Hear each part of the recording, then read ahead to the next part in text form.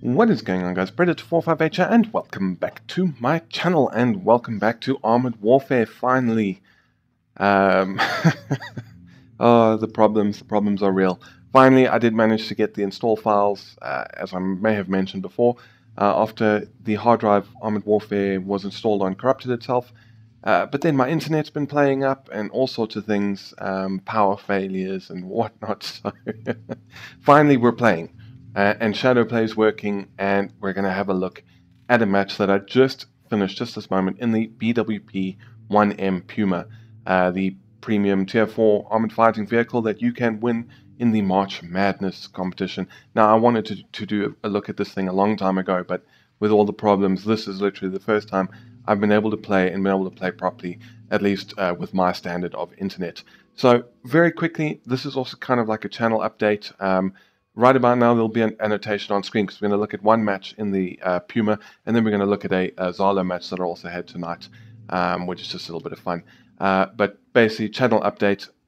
If you are interested, you can click on the annotation to go and have a look at that portion of the video, where I'm going to just give you guys an update on the channel.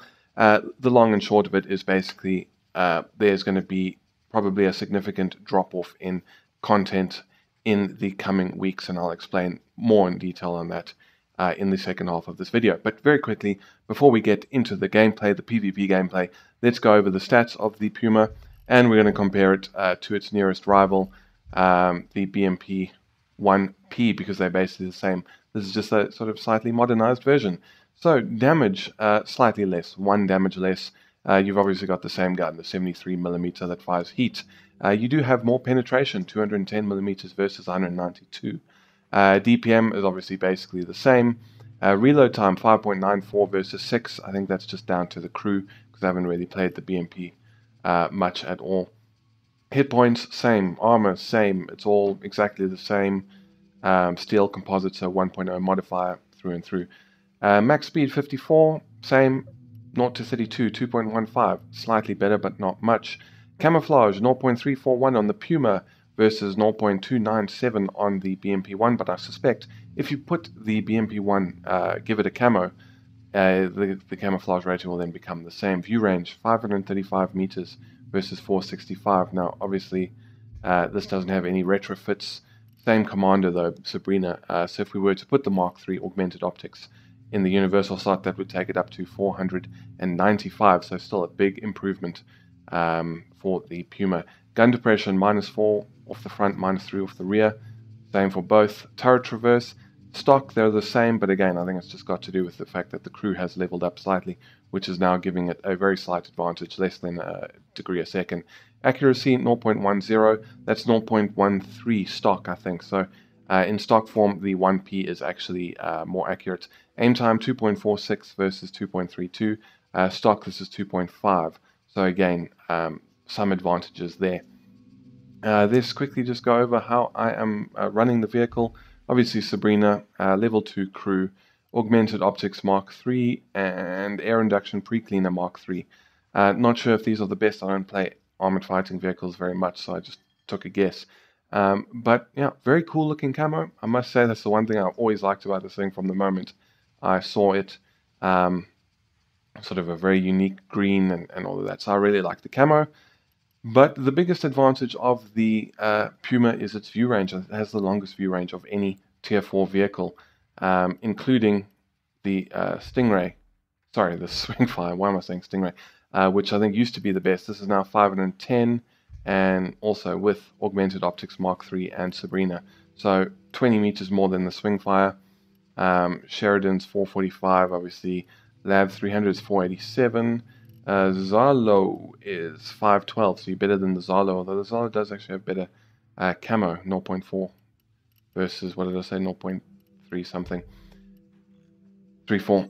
But anyway, so that's enough of this rambling at the beginning of the video. Let's jump into the PvP battle, and I'm going to talk about this vehicle, and I'm going to tell you guys whether I think it's worth putting in the effort to win it in March Madness. Obviously, you've probably already decided that, but I'm going to give you my opinion anyway. Because you have to win 150 or 200 PvP battles by the end of the event, which is roughly 50 a week. So is it worth going through all of that effort to win this vehicle? But anyways, let's go and find out. So off to the PvP battle, and then as I said, after that we're going to have some fun in the Zalo. So I will see you guys in a few moments. Alright guys, so welcome to the PvP battle. We are on Cold Strike, and as you can see, if you look at my ping on the top right, it's back to my normal levels. I mean, it's 207 at the moment, but it'll go under 200, and I'll have the little blue square, which I haven't seen in like 2 weeks. There we go, 196, woohoo. But anyways, so off we go in the Puma. Now, before we do get going, I do want to say a very, very big thank you to one of my subscribers, Adam Ant. He had an extra code for the Puma, so he sent it to me. So I actually landed up having access to it before Obsidian even tried to give me access to the Puma. So Adam, thank you very much for sending me your additional code, and I hope you do enjoy my little look at it. Now, before we get into the action, I'm going to come out straight and say it. I am not an AFV player. I don't play them very often. So don't expect like an epic AFV match. I'm just not that good with them. I don't have enough practice and that sort of thing. But I'm going to do my best anyway, and I'm going to give you my opinions on the vehicle, and just tell you what I've personally struggled with and what I've enjoyed about the vehicle. So we've come up to this little corner here. Very good position for things like this, or tank destroyers, because you can pretty much watch down this road, and if the enemy pushes up aggressively, which happens very often, you can get some nice shots on them and stay hidden. Unfortunately, every time I get the opportunity to take up this position, the enemy never seems to push up, so it's always entirely pointless when I use it, but it is typically a very good spot. But anyways, we've got some main battle tanks heading up. We've got a starship who's going to come into view. There we go, and he will be pushing around this corner, and we're soon going to follow suit and go and provide some additional fire support and spotting and that sort of thing. But we're obviously going to hang back. We're not going to go too far forward. But, you know, generally for me, when I do play AFVs, I prefer to have an autocannon, something like the XM800T, Bradley, you know, VBL, Weasel, Fox, all of those sort of things. I generally prefer an autocannon. And there we had line of sight on the 040. Unfortunately, we didn't react quick enough, and then Starship also got in the way, which is something else that's happened quite often in this vehicle. But I suppose it's the price you pay anytime you're in a second or third line support vehicle. You're going to have teammates in front of you. They're worrying about their stuff. They're going to get in the way. They're not going to do it on purpose. 99.9% of the time. Sometimes someone might be an ass and get in the way on purpose, but generally they're not. So 040 comes out, we take the shot. Unfortunately, the Type 69 beats us to it, and we do get the kill, but we only do 3 damage. We get spotted, so we back up. Artillery takes a stab at us, but he fires when we were reversing, and we pretty much started moving forward anyway. But what do I like about this vehicle, and what don't I like? As I said, I think it looks really cool. The camo is decent. The view range is very, very good for its tier. Type 69 in line of sight. Unfortunately, we can't quite see which way he's you know, is he facing us? Is he facing away? We do land up getting a green pen marker, but we didn't have a window to fire. And we're going to get one again on the Zalo, but we're not going to have time to aim in, and the Type 69 is in the way once again.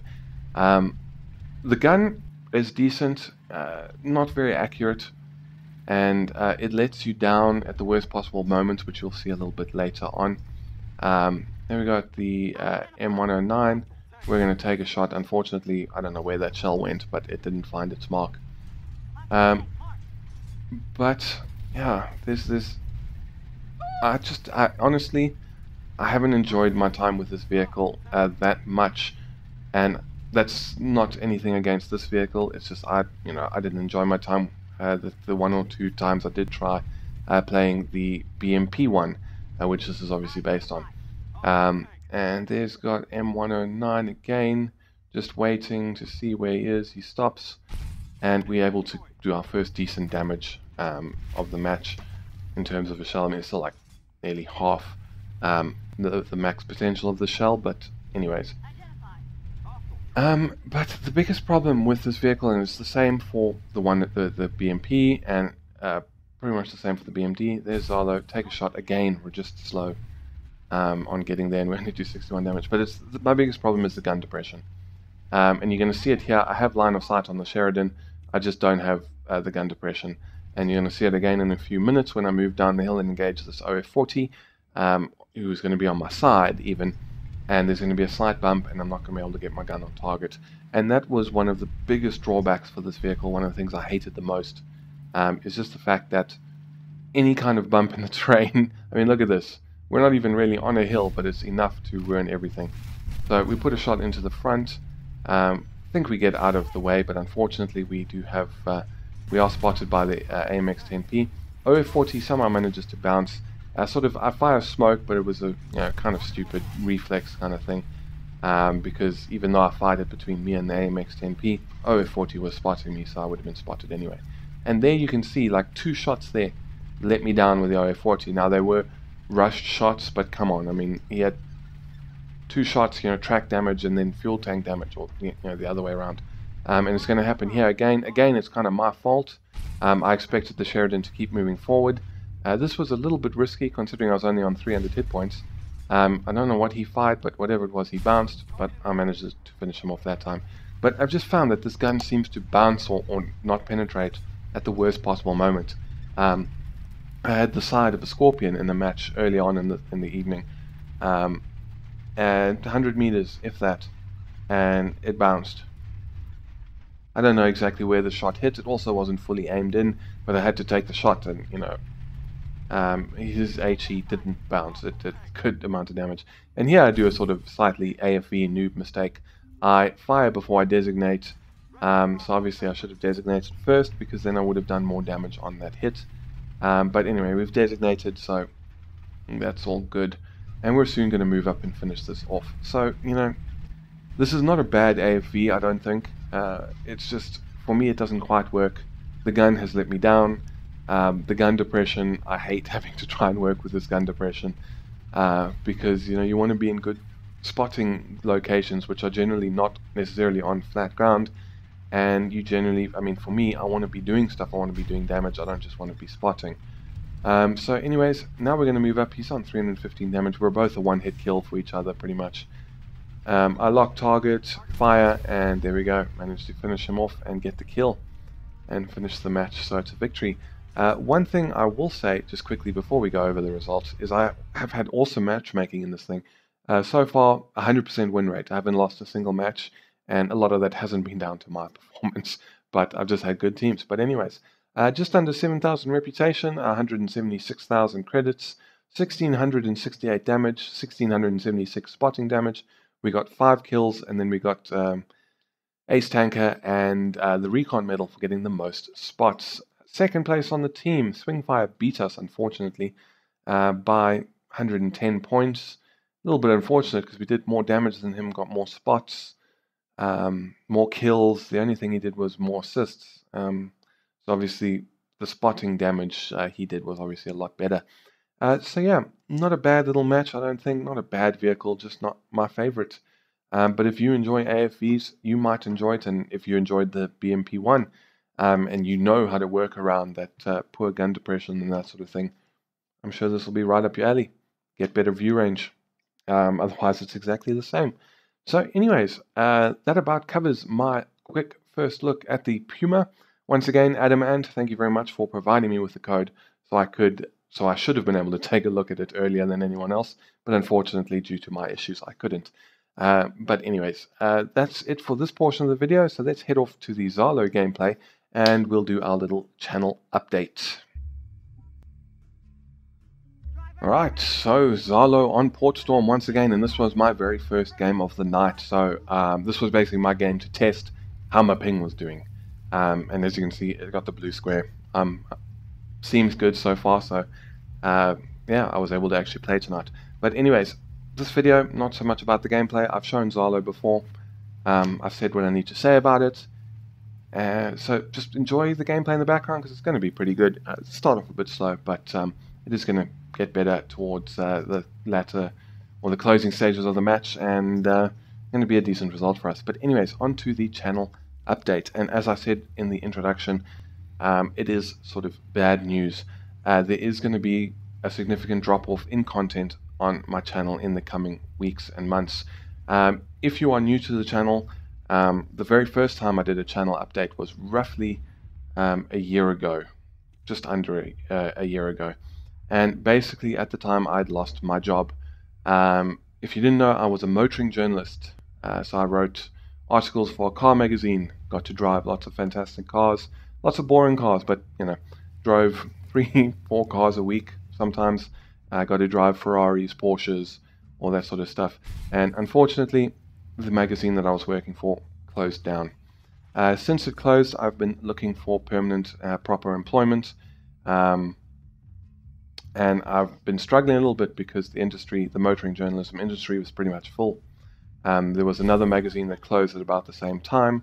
Not enough jobs, too many people looking for them. So I've also actually been trying to get out of the industry and looking at like other areas where I could write, not necessarily in terms of journalism, copywriting or that sort of thing.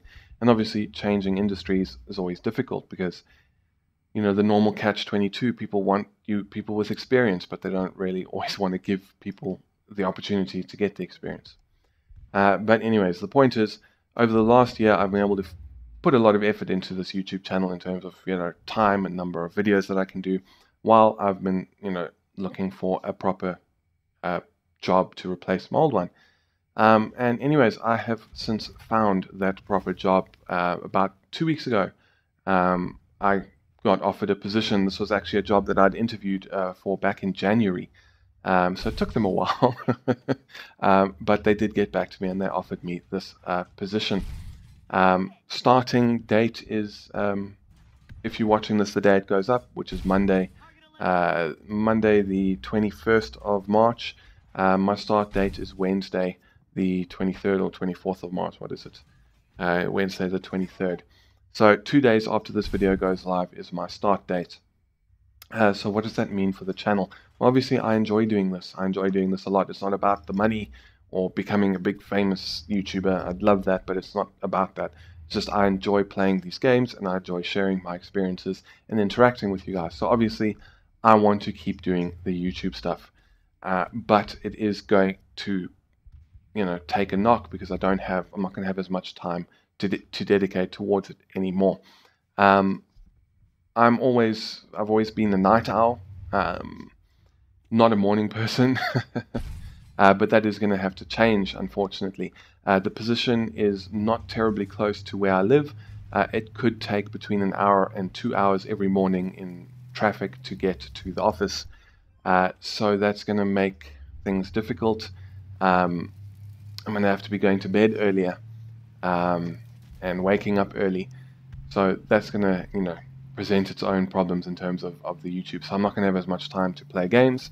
And when I do have time, do I spend the time playing or recording commentary or whatever?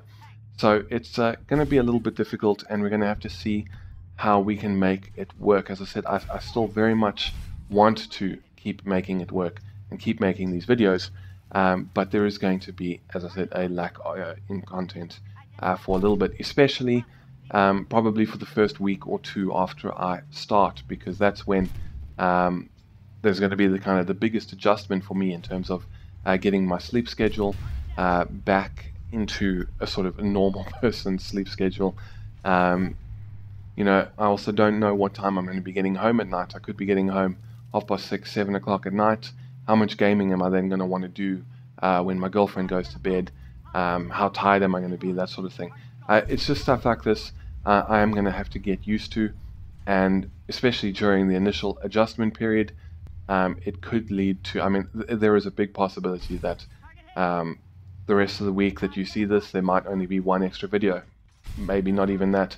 The week after you see this again, maybe only 1 or 2 videos a week. We will just have to see. I will try and keep you guys updated as I sort of start to figure this out and figure out when I can do videos, because I would like to at least, even if it is cutting back on the number of videos, I would at least like to have a schedule and be able to tell you guys, alright, it's going to be Monday, Wednesday, Friday, or Tuesday and Thursday, or Monday and Friday, or whatever it might be. I would like to at least have some kind of schedule that I can tell you guys, so you guys know roughly when I'm going to have videos. It is obviously always going to be subject to change, without any kind of warning. Power failure or whatever could change that, but yeah, that's basically it. I have this new job, and unfortunately, it's going to mean that there will be a significant drop in content. But hopefully, a large portion of you guys decide to stick around anyway. Um, it is probably going to mean that I'm not going to be able to play World of Warships myself as much, if at all. I do, in a way, feel obligated to keep playing Armored Warfare because they have given me the press account. And that's not to say that I'm only going to be playing it because they gave me the press account. This is still the game I want to play.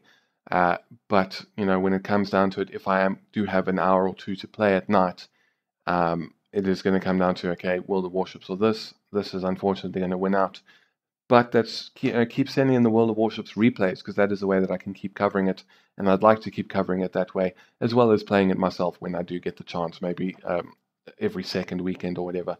And then with 0.14 coming out for Armored Warfare, bringing the replay system, again, you guys can send me replays from that, and that will also just help me, you know, to keep content coming.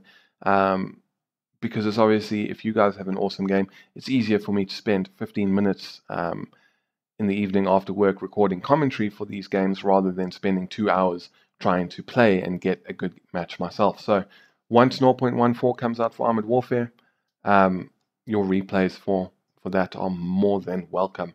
But anyways, as you can see, I mean, we did get the gold star, decent number of kills, decent damage, decent money, decent reputation, all of that. But that about covers it for this video, covers the my thoughts on the Puma. Again, Adam Ant, thank you very much for giving me your extra code. And then obviously I have given you my channel updates. The good news is I have a job and I'm going to have steady income again. Bad news is the channel will suffer for it. But you know, this is a hobby, it's not a job, so can't complain too much. But anyways, that about covers it for this video. If you enjoyed, please feel free to hit the thumbs up button down below and consider subscribing for more Armored Warfare, World of Warships, and a few other things that are thrown into the mix from time to time. But that is it from me. Thank you very much for stopping by. This is Predator458 signing off, and I will see you guys next time.